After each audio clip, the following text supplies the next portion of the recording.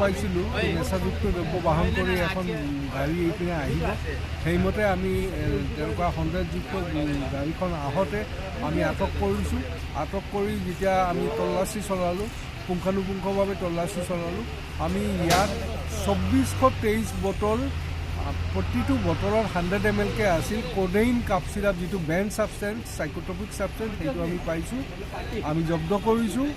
আৰু ড্ৰাইভাৰ আটক হৈছে, লগতে হেল্পাৰ এজন আছিল, হেণ্ডিমেনে কওক বা হেল্পাৰে কওক এজন আছিল, তেওঁলোক দুজনক আমি আটক কৰিছোঁ।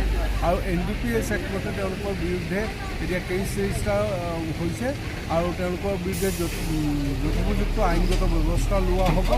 তদুপৰি আমি আৰু মডাছ অপাৰেণ্ডিটো এইবাৰ বেলেগ টাইপৰ দেখিলোঁ আমি, যে ফলৰ যিটো বাকচ, ফলৰ ক্ৰেট বুলি কয়, আৰু ফল আৰু চব্জি আনিছিল, চব্জিখিনিৰ মাজত আমি পোৱা নাই, কিন্তু ফলৰ যিমানকেইটা ক্ৰেট আছে, বাকচ আছে, তাৰ ভিতৰে এই কোডেইন কাপ চিৰাপ সোমাই থৈ দিছিলে তেওঁলোকে।